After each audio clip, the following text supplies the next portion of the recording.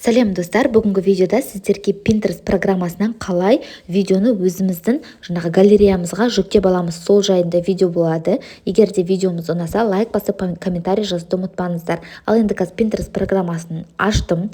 Төбесіне видеофон день рождения деп жаздым, немесе видеофон для мальчика деп жазсаңыз болады. Әртүрлі осындай видео анимациялар шығады сізде.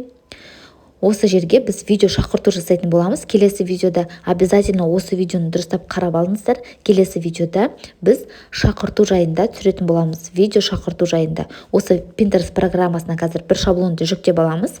Қараңыздар, өте көп шаблондар бар. Сіз өзіңізге ұнағанын таңдап аласыз. Мысалы, маған кішкене более спокойно осындай көк тон керек болған. Міне шетінде 3 точка тұр, көріп тұрсыз ғой? Ішінде 3 точка тұр. Соған басасыз да скопировать ссылку дегенді басасыз. Скопировать ссылку. Міне скопировано деп шықты. Енді программадан шығып, Telegram каналға кіріп, міне Telegram каналға кіресіз. Төбесіне чатыдың поисққа Save as bot деп жазасыздар. Save as bot. Міне мен жазып атқандай көріп тұрсыз ғой? Тур осылай жазасыз. Сізде жаңағы подписчигі бар емес, подписчигі жоқ, бот шығу керек. Міне Save as bot деп тұр, көрдіңіз бе? Біріншісі осы. Тур осындай шығу керек.